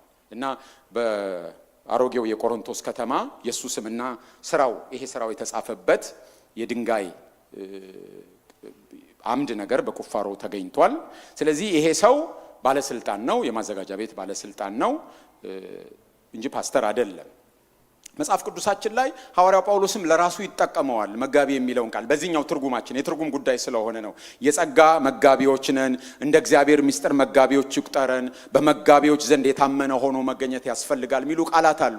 መጋቢ የሚለው አስተዳዳሪ፣ ባላደራ እንደማለት ነው። ሲምፕሊ እንዲህ አይነት ነገር ሲገጥመን ወደ ሌላ ትርጉም ብንሄድ በአማርኛም በየትኛውም ትክክለኛውን ነገር እናገኛለን። ገላትያ ከጠባቂዎችና ከመጋቢዎች በታች ይሆናል ሕፃን ይላል። ያ ደግሞ አስተዳዳሪ ማለት ነው። ስለዚህ ባለስልጣንም አለበት። ባለፈው የተናገርነው የክላስን ጉዳይ እንድናስታውስ ነው እዚህ ሰው ላይ ኢንፋሲስ ያረኩት። ስለዚህ ይሄንን የሚጠራና የነዚህን ሰላምታ ያቀርባል። በመጨረሻ ሐዋርያው ጳውሎስ ሲናገር የነበረውን ከምዕራፍ 1 ጀምሮ ሰመራይዝ በሚያደርግ መልኩ መዝጊያውን ይሰጠናል። የሚገርም ውዳሴ፣ የሚገርም አምልኮ ነው ያለው። ሐዋርያው ጳውሎስ ስለ ክርስቶስ ወንጌል የነበረውን ነገርም ነው የሚናገረው። በጣም ልብ ይነካል። እንደ ወንጌሌ ነው የሚለው። ለሐዋርያው ጳውሎስ ምኑ ነው? የኔ ነው የሚለው። የኔ ስለ ራሱ ስለሚያወራ አይደለም። ምክንያቱም ምንድነው የሚለው? እንደ ወንጌሌ ይልና ስለ ኢየሱስ ክርስቶስም እንደ ተሰበከ። የወንጌሉ ማዕከል፣ የወንጌሉ መልእክት ማን ነው? ክርስቶስ ነው። የሚሰበከው ማን ነው? ክርስቶስ ኢየሱስ ነው። ይሄ ወንጌል ግን ለጳውሎስ የማን ነው? የኔ ነው። ወንጌሌ ነው የሚለው ሐዋርያው ጳውሎስ በሕይወቱ የደረሰበትን ስለ ወንጌል የከፈለውን መከራ እናውቃለን። በምን አይነት ፈተና ውስጥ ጸንቶ እንደቆመው እናውቃለን። እንደዛ እንዲቆም አንድ ካገዘው ነገር ወንጌሉ የማን ነው? የኔ ነው ብሎ ስለሚያምን ነው። ወንጌሌ ሰው ለቤቱ፣ ሰው ለንብረቱ፣ ሰው ለትዳሩ፣ ሰው ለንግዱ፣ ሰው ለቢዝነሱ፣ ሰው ለራሱ ነገር እንደሚሆነው ሐዋርያው ጳውሎስም ለወንጌሉ ይሆናል። ሰው ለትዳሩ እንደሚሆነው ሐዋርያው ጳውሎስ እንደሱ ሰው ለልጆቹ እንደሚሆነው ሐዋርያው ጳውሎስ ለወንጌሉ ይሆናል። ለምን? ወንጌሉ የማን ነው? የኔ ነው። እንዲህ ማሰብ እንችላለን። ወንጌሉን የኔ በምን አይነት ፍቅር ቢሆን ነው? በምን አይነት መረዳት ቢሆን ነው? የእግዚአብሔር ወንጌል ብሎታል። ምዕራፍ 1 ላይ ስናነበው የልጁ ወንጌል ብሎታል። ለእውነት ነው። ስለ ጳውሎስ አይደለም ወንጌሉ አንድ ጀግና ነው የሚነግረን ክርስቶስን ብቻ የሚሰበከው ክርስቶስ ኢየሱስ ነው። ሌላ ስብከት አይደለም። ሌሎች ሐዋርያው ጳውሎስ እኔም ሆንኩ እኛም ሆንን የሰማይ መላእክት ሌላ ቢሰብኩ ምን ይሁኑ ነው ያለው። ራሱንም ጨምሮ ነው ያለው። የሚሰበከው ስለ ኢየሱስ ነው። ወንጌሉ ግን የማን ነው? የኔ ነው። የኛ ያላረግነው ነገር ሲበላሽ ግድ አይሰጠንም። የኛ ያልሆነ ነገር ማንም ምንም ቢያረጋው ትርፍ ነው። የኛ ያረግነው ነገር ግን ለሌሎች የኛ ለምንላቸው ነገሮች ፋይት እናረጋለን። ለሌሎች ነገሮቻችን እንቅልፋተን እንደምናድረው የኛ ለምንላቸው ነገሮች ለወንጌሉ እንቅልፋተን እናድራለን። አንዱ ነገር የኛ አለማድረጋችን ይመስለኛል ችግሩ። የኔ ካላረግነው ግን የሆነ የምንጠቀምበት የሆነ የምናገለግለው ብቻ እሁድ የምናረገው ብቻ የሆነ ነገር ሲሆን ሌሎች አሉ እኔ ቀጥዬ ነኝ ካላለን ይሄ የኔ ነው ካረግነው ሲነካ ያመናል፣ ሲነካ ይቆረቆረናል፣ ሳይገለጥ ተዳፍኖ ሲቀር ያመናል። እንዲገለጥ እንዲሰራጭ ባለን አቅም በገንዘባችን በጉልበታችን በጸሎታችን ባለን ነገር ሁሉ በማስጠበቅም በማሰራጨትም እንተጋለን። ይሄ ወንጌል እዚህ የደረሰው ወንጌሌ የሚሉ ሰዎች ስለነበሩ ነው። በሐዋርያት ዘመን ብቻ አይደለም፣ በቤተክርስቲያን ታሪክም እንኳን ወንጌሌ ብለው የቆሙ ሰዎች አሉ፣ በተግባራቸው የገለጡ። ስለዚህ ሐዋርያው ጳውሎስ ይሄንን ሁሉ ከደከመ በኋላ መዝጊያው ላይ ምን ይነግረናል? ወንጌሌ ይላል። ብዙ ነገር ይናገራል ወንጌሌ። እንዲህም ሆኖ ግን በጥንቃቄ ይነግረናል ስለ ኢየሱስ ክርስቶስም እንደተሰበከ። የሚሰበከው ማን ነው? ክርስቶስ ነው፣ ጳውሎስ አይደለም የሚሰበከው። ጳውሎስን የምናነሳው እግዚአብሔር በሱ የሰራውን ነገርና እሱ ደግሞ የኖረውን እንደ ምሳሌ ለመውሰድ ነው። ክርስቶስን የበለጠ ለመረዳት የክርስቶስን ወንጌል የበለጠ ለመገንዘብ ነው እንጂ የሚሰበከው ሐዋርያው ጳውሎስ አይደለም። ወንጌሉ ክቡር ነው፣ ከዘላለም ዘመንም የተሰወረው ይላል። ዝም ብሎ እግዚአብሔር የሆነ ነገር ሲከሰት አብረፕትሊ ያደረገው ነገር አይደለም። እግዚአብሔር ያደረገው ነገር የታቀደ የታሰበበት ሚስጥር ተደርጎ ተጠብቆ የኖረ ነገር ነው። ብሉይ ኪዳንን እያነበቡ እንኳን ሰዎች በደንብ ያላገኙት ወንጌሉን እንዲገለጥ ተደርጎ አይደለም። የሆነ ሚስጥር እንደሆነ ታውቃላችሁ። ሸፈን የሚደረጉ ነገሮች አሉ። ለምን እንደሆነ አላቅም፣ እገምታለሁ። ግን ሚስጥር ነበር። ስለ ወንጌሉ ሁሉ ነገር አይደለም የተገለጠው። በተደጋጋሚ ሐዋርያው ጳውሎስ ሚስጥሩ እንደተገለጠ በሮሜ መልእክቱ፣ በኤፌሶን መልእክቱ፣ በሌሎችም ስፍራዎች ላይ ሚስጥሩ አሁን ተገልጧል እያለ ይናገራል። ወንጌል የሰው አይደለም እኮ የእግዚአብሔር ሚስጥር ነው። ምንድነው እግዚአብሔር ሚስጥር ብሎ የሚጠብቀው ነገር? ካን ዩ ኢማጂን? ሰው እንኳን ሚስጥር ምንድነው ይሄን ነገር ሚስጥር ብለን የምትይዘው ምናምን እንላለን አንዳንዴ ካላሳመነን። ለዘመናት እግዚአብሔር ሚስጥር አድርጎ የያዘው ነገር እኮ ነው። ለዘመናት እግዚአብሔር ኢንቴንሽናሊ ሚስጥር አድርጎ ይዞት ነበር። አንዳንድ ጊዜ በጣም ለሚጠጉት በጣም ለቀረቡት እግዚአብሔር ሲፈልግ የሆነች ነገር ጫፍ ይሰጣቸውና የሆነ ነገር አናገኝም። የሆነ ነገር ይገለጥና የሆነ ነገር አናገኝም። የሚያስገርሙኝ ነገሮች አሉ። እኛ አሁን አዲስ ኪዳናዊ እይታ ይዘን ወደ ብሉይ ኪዳን ሄደን አሃ ስንል እዛ የነበሩ ሰዎች በብሉይ ኪዳን አለመጥቀሳቸው ያስገርመኛል። የሚያስገርሙኝ ብዙ ክፍሎች አሉ። አንዳንዱ ደግሞ የሆነ ጫፍ ይገኝበታል፣ የሆነው አልተገኘም። ለምን? በአጋጣሚ አይደለም፣ በስህተት አይደለም። እግዚአብሔር ምን አድርጎ አቆይቶት ነው? ሚስጥር አድርጎ አቆይቶት ነው እግዚአብሔር። ከዛ ሚስጥሩን ምን አደረገው? አሁን ግን የታየው ይላል። ለምደነው ይሆን? በቃ ለኛ የተገለጠው የሰማይ መላእክት እንኳን ለማየት ይመኙት የነበረ ነገር አሕዛብ በእግዚአብሔር ሕዝብ ውስጥ መካተታቸው የሚገርም ነው። በክርስቶስ ኢየሱስ የተገለጠው ነገር የሚገርም ነው። የታየው በዚህ ዘመን መሆናችን የሚያስገርም ነው። የዘላለም እግዚአብሔር ወይም የዘላለም አምላክ እንዳዘዘ በነቢያት መጽሐፍ ተጽፎ የነበረ የሚገርም ነው። ለማን? ለእምነት መታዘዝ የሆን ዘንድ ለአሕዛብ ሁሉ የታወቀው ሚስጥር እንደተገለጠ መጠን። ሚስጥሩ ለአሕዛብ ሁሉ ምን ሆነ? ተገለጠ። የዘላለም አምላክ ሚስጥር አድርጎ ያቆየው ነገር በእኛ ዘመን ተገለጠ። በዛ ምስጢር ውስጥ ነው እኛ ያ በመገለጡ ነው የገባ ነው። ከዛ ሊያበረታችሁ ለሚችለው ብቻውን ጥበብ ላለው ለእግዚአብሔር ሊያበረታችሁ ለሚችለው ምዕራፍ 1 ላይ ስናነብ ወንጌሉ ለማዳን የእግዚአብሔር ኃይል ነው ብሎ ነበር አይደል? ለማዳን የእግዚአብሔር ኃይል ነው በወንጌል አላፍርምና ብሎ ሲናገር ምዕራፍ 1 ቁጥር 16 17 ላይ አላፍርም ለምን ለማዳን የእግዚአብሔር ኃይል ነው ብሎ ነበር። ለማዳን ብቻ አይደለም። አሁን ምንድነው የሚለው? ሊያበረታችሁ ሊያጸናችሁ ለሚችለው። ስለዚህ የእግዚአብሔር ኃይል የማዳን ብቻ ሳይሆን የዳኑትን ደግሞ ምን የሚያደርግ ነው? የሚያበረታ የሚያቆም የሚያጸና ኃይል ነው። ይሄ ወንጌሌ የተባለው ተሰውሮ ለዘመናት የነበረው አሁን የታየው የተገለጠው የሚያድን ብቻ ሳይሆን ምን የሚያደርግ ነው? ሊያበረታ የሚችል ወንጌሉ ያበረታል። የሚያጸናን የሚያበረታን እግዚአብሔር ነው። ሊያበረታችሁ ለሚችለው ብቻውን ጥበብ ላለው ለእግዚአብሔር በኢየሱስ ክርስቶስ እስከ ዘላለም ክብር ይሁን አሜን። ወንጌሉ ሲጠቃለል ለማን ይሁን? ክብር ለእግዚአብሔር ይሁን። ይህንን ነው ሪፎርመርስ አንድ የሚያነሷት ነገር፣ ክብር ለእግዚአብሔር ይሁን። የወንጌሉ ክብር የመኖራችን ክብር የሁሉ ነገር ክብር ለማን ማምጣት አለበት? ለእግዚአብሔር ክብር ማምጣት አለበት። ክብር ሁሉ ለማን ይሁን? ለእግዚአብሔር ይሁን። ክብር ሁሉ ለማን ይሁን? አይሰማ። ክብር ሁሉ ለማን ይሁን? ክብር ሁሉ ለማን ይሁን? ለእግዚአብሔር ይሁን። እግዚአብሔር ሲከብር ብቻውን አይደለም የሚከብረው፣ እኛን ምን ያደርገናል? ያከብረናል። እግዚአብሔር በክርስቶስ የገለጠው ነገር በገዢና በተገዢ መካከል ያለው ርቀት ያጠበበ ነው።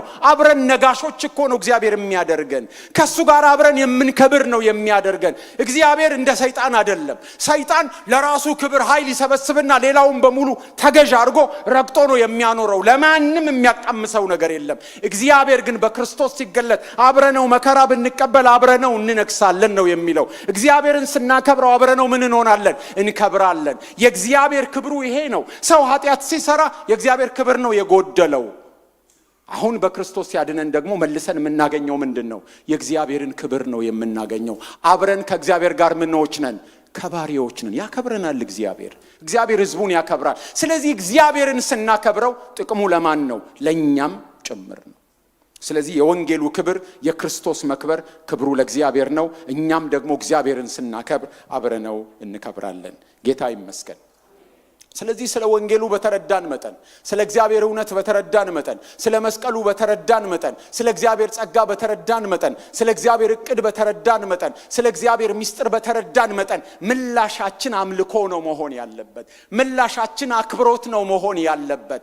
የምንማረው ወንጌል፣ የምናነበው የእግዚአብሔር ቃል፣ የእግዚአብሔርን ጸጋ፣ የእግዚአብሔርን እቅድ፣ የእግዚአብሔርን ፕላን፣ እግዚአብሔር በእኛ የገለጠውን ነገር ባየን ቁጥር ከህይወታችን የሚፈልቀው ነገር በእግዚአብሔር ፊት በዝምታ መውደቅ፣ በሆታ መዝለል መሆን አለባት። የሆነ ወንጌል የሚተነተን ብቻ አይደለም። የእግዚአብሔር ወንጌል የሆነ የምናስረዳው ነገር አይደለም። ከውስጣችን አምልኮን ፈንቅሎ የሚያወጣ፣ ከውስጣችን የእግዚአብሔር ክብር ለእግዚአብሔር ክብር እንዲሆን ከህይወታችን የሆነ መዓዛ እንዲፈልቅ የሚያደርግ ነገር መሆን አለበት። ምላሻችን ምን መሆን አለበት? አክብሮት፣ አምልኮት መሆን አለበት። እንጸልያለን። ብቻውን ነው የሚለው። ብቻውን ሊያበረታን የሚችል ብቻውን ጥበብ ያለው እግዚአብሔር ብቻውን በተረዳን መጠን ከህይወታችን የሚፈልቀው መገረም በእግዚአብሔር፣ መደነቅ በእግዚአብሔር፣ በቃ በእግዚአብሔር ሥራ፣ በእግዚአብሔር ጥበብ፣ በእግዚአብሔር ጸጋ፣ በእግዚአብሔር ፍቅር፣ በክርስቶስ ኢየሱስ በገለጠልን ምስጢር፣ በእኛ ህይወት በተፈጸመው ነገር ለእግዚአብሔር ምስጋና የሚሆን፣ ለእግዚአብሔር አምልኮ የሚሆን፣ እንደው በመደነቅ ዝም የሚያሰኘን፣ በመገረም ዝም የሚያሰኘን፣ እንደው እግዚአብሔር ምን አይነት አምላክ ነው የሚያስብለን፣ እግዚአብሔር እንዴት ድንቅ ነው የሚያስብለን፣ ቃላት ሊገልጹት የማይችል ኢቭን ኢማጂኔሽናችን ምናባችን እንኳን ሊስለው የማይችል ነገር ነው የተገለጠው። አይችልም። እግዚአብሔር ለኛ ያዘጋጀው ክብር፣ በክርስቶስ የፈጸመልን ነገር እንዴት የሚገርም እንደሆነ የእግዚአብሔር መንፈስ ካላበራልን በስተቀር ለመረዳት እንኳን ለመሳል እንኳን የሚቸግር ነው። ግን በመገረም በእግሩ ስር እንድንደፋ ሊያደርገን ይገባል። በእግሩ ስር እንድንደፋ፣ በእግሩ ስር እንድንወልቅ በአምልኮ ብቻውን ልናከብረው በክርስቶስ ኢየሱስ ክብር ለሱ ብቻ እንዲሆን ሕይወታችንን ልንሰጠው የተገባ ነው። ሕይወታችሁን ለክርስቶስ ያልሰጣችሁ በዚህ ጉባኤ ያላችሁ፣ ሕይወታችሁን ለክርስቶስ ያልሰጣችሁ፣ የራሳችሁ ጌታ ራሳችሁ የሆናችሁ፣ የራሳችሁ አለቃ ራሳችሁ የሆናችሁ፣ ይሄ ስታከብሩት መልሶ የሚያከብራችሁ፣ ቤተሰቡ አርጓችሁ አባት ሆኖ ክብሩን የሚያካፍላችሁ እግዚአብሔር ሕይወታችሁን ብትሰጡት ፍጻሜያችሁን የሚያሳምርላችሁ፣ ፍቅሩን በክርስቶስ ኢየሱስ የገለጠላችሁ፣ ሳታውቁት ያወቃችሁ፣ ሳትወዱት የወደዳችሁ እግዚአብሔር አለ። በክርስቶስ ሕይወታችሁን ልትሰጡት ከወደዳችሁ ሊቀበላችሁ እጆቹ ተዘርግቷል። እንደዚህ አይነት ሰዎች ካላችሁ ሕይወታችሁን ለጌታ መስጠት የምትፈልጉ መጨረሻ ላይ ታናገሩናላችሁ። ወደዚህ ወደፊት ትመጣላችሁ። እንጸልያለን። አሁን ቆመን እንጸልይ ሁላችንም።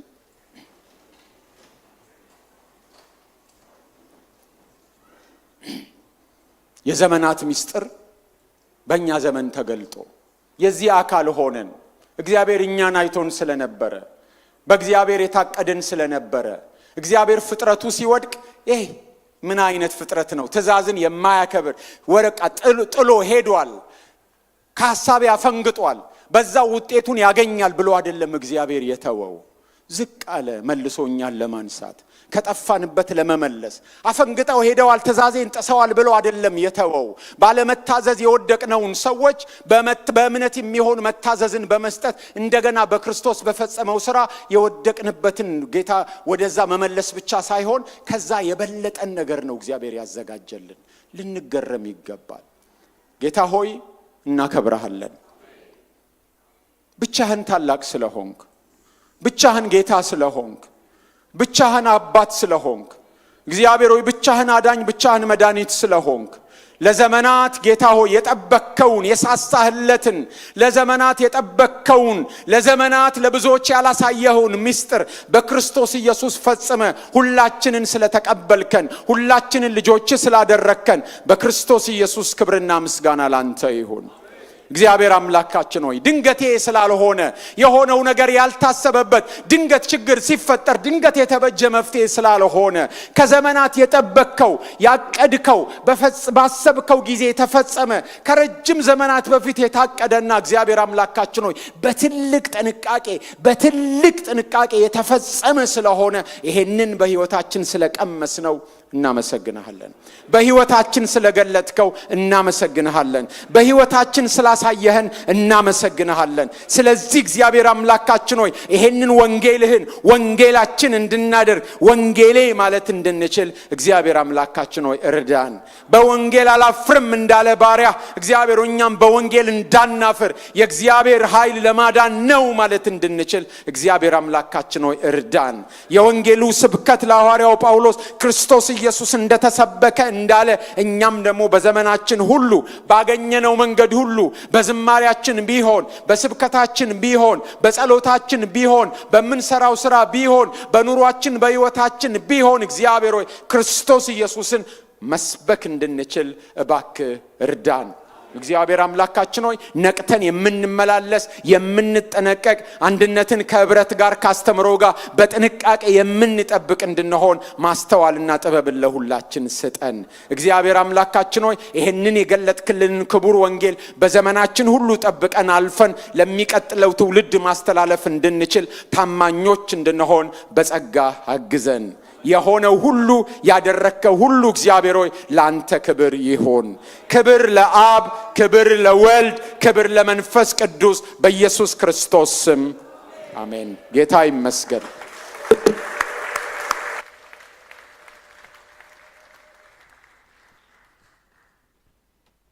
እግዚአብሔር ይመስገን። ኢትስ ወንደርፉል። እግዚአብሔር ድንቅ ነው። ቃሉ ድንቅ ነው። ትምህርቱም ድንቅ ነው። ጌታ ይመስገን። ላለፉት ኦልሞስት 3 ዓመት ሊሆነን ነው ሮሜ ከጀመር 2 ዓመት ከምናምን። እንግዲህ ይህን ሁሉ መንገድ በእግዚአብሔር ጸጋ ወንድማችን ጳውሎስ አስኪዶናል። ጌታ ይባረክ። ስለዚህ እንባርከዋለን። አሁን ማጠቃለን እግዚአብሔርን እንደባረክን እሱን ደግሞ እንባርካለን። ጳውሎስ በመልእክቱ ለዚህ ምዕራፍ 16 ላይ እያንዳንዱን ሰው ስም እየጠራ እንደባረከ ይሄ ወንድማችንን እንባርከዋለን። እግዚአብሔር ይመስገን። ቤተሰቡን እንባርካለን። ዝም ብሎ አይደለም ይሄ መልእክት የመጣው ነበረ በእጃችን ቃሉን እያነበብን ነው። ግን እግዚአብሔር ጸጋ ያበዛለት ሰው ጸጋውን ከህብረተሰቡ ጋር ከኛ ጋር ከወንድሞችና እህቶች ጋር ሳይሰስት ሳይቆጥብ ከጊዜው ከቤተሰቡ እየቆረሰ ሲያገለግል ከርሟል። እግዚአብሔር ይመስገን። 45 ደቂቃ ለመስበክ ምናልባትም 20 ሰዓት ዝግጅት ሊያስፈልግ ይችላል ብዬ አስባለሁ። ብዙዎች እንደዛ ሲናገሩ ስለሚሰማ ነው። 20 ሰዓት ዝግጅት ያስፈልጋል ለ45 ደቂቃ ስብከት። ዝም ብሎ እንደዚህ አይመጣም። እግዚአብሔር ጸጋ ረድቶት ነው። ጌታ ይመስገን። ፖል ወደዚህ ትመጣለህ፣ ዘርሽ ወደዚህ ትመጣና እንጸልይለታለን። ጌታ ይመስገን።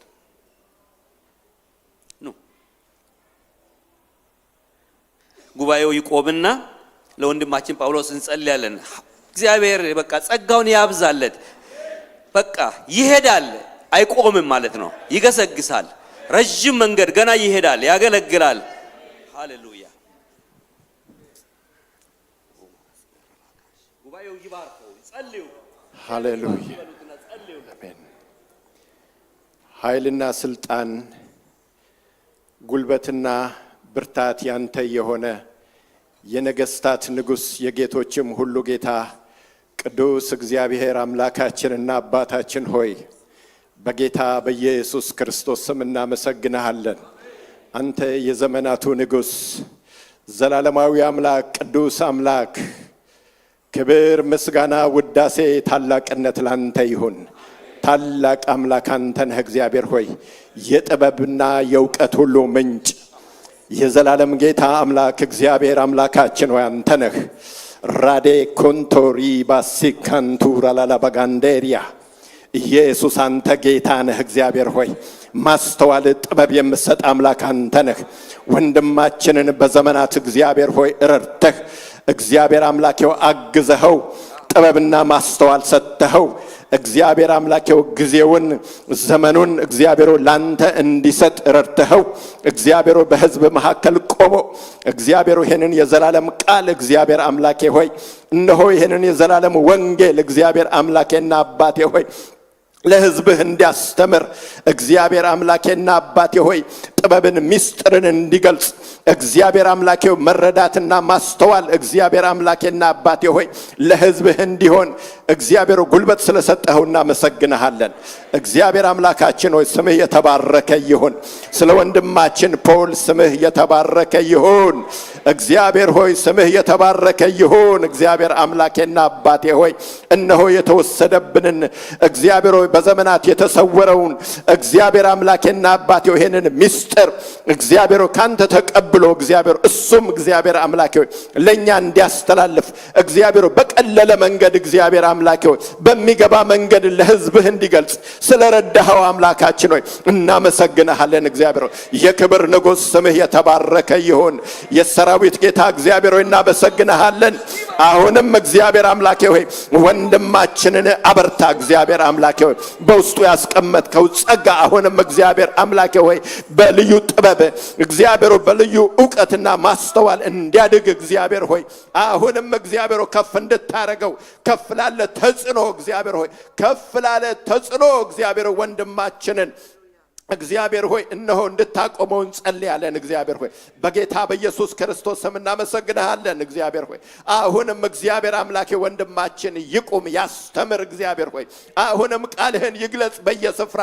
በየስፍራው ይሄድ ቃልህን ያስተምር። እግዚአብሔር ሆይ ይግለጽ። እግዚአብሔር አምላኬና አባቴ ሆይ ማስተዋል ጥበብ ይብዛለት። እግዚአብሔር ሆይ በሚያስፈልገው ነገር ሁሉ አንተ እርዳው። እግዚአብሔር ሆይ በሚያስፈልገው ነገር ሁሉ አንተ እርዳው። እግዚአብሔር አምላኬ ሆይ ሰማያዊ የሆነው ጥበብ እግዚአብሔር ሆይ እነሆ እግዚአብሔር አምላኬና አባቴ ሆይ በጌታ በኢየሱስ ክርስቶስ ስም እነሆ በመንፈስ ቅዱስ ሆኖ በውስጡ አሁንም ይፍሰስ። እግዚአብሔር ሆይ በጌታ በኢየሱስ ስም የእግዚአብሔር ቅባት ውስጥን የሚያረሰርስ የእግዚአብሔር ቅባት በውስጡ ይፍሰስ። እግዚአብሔር ሆይ ይፍሰስ። እግዚአብሔር ሆይ እነሆ በአሮን መደረቢያ ላይ እግዚአብሔር አምላኬ እንዳለፈው እነሆ እግዚአብሔር አምላኬና አባቴ ከላይ እግዚአብሔር ሆይ የሚወርድ እንደ ጠል ሆኖ የሚወርደው የሆነው ሰማያዊ የሆነው ጥበብህ ሰማያዊ የሆነው ቅባትህ በጌታ በኢየሱስ ስም በወንድሜና በቤተሰቡ ላይ አሁንም ይፍሰስ በጌታ በኢየሱስ ስም ይፍሰስ እግዚአብሔር ሆይ ይፍሰስ ጉልበቱን የሚያለመልም እግዚአብሔር ሆይ ዘመኑን የሚያረመልም እግዚአብሔር ሆይ የእግዚአብሔር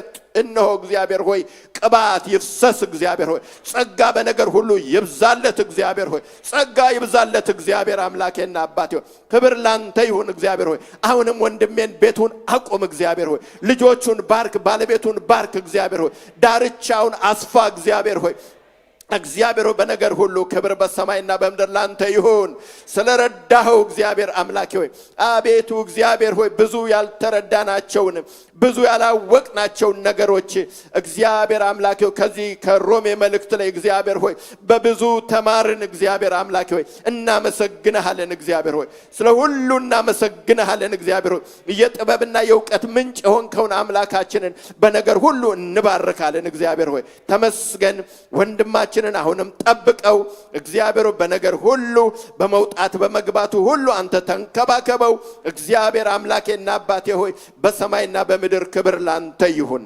እኛንም ስለረዳህን እናመሰግንሃለን በጌታ በኢየሱስ ክርስቶስ ስም አሜን አሜን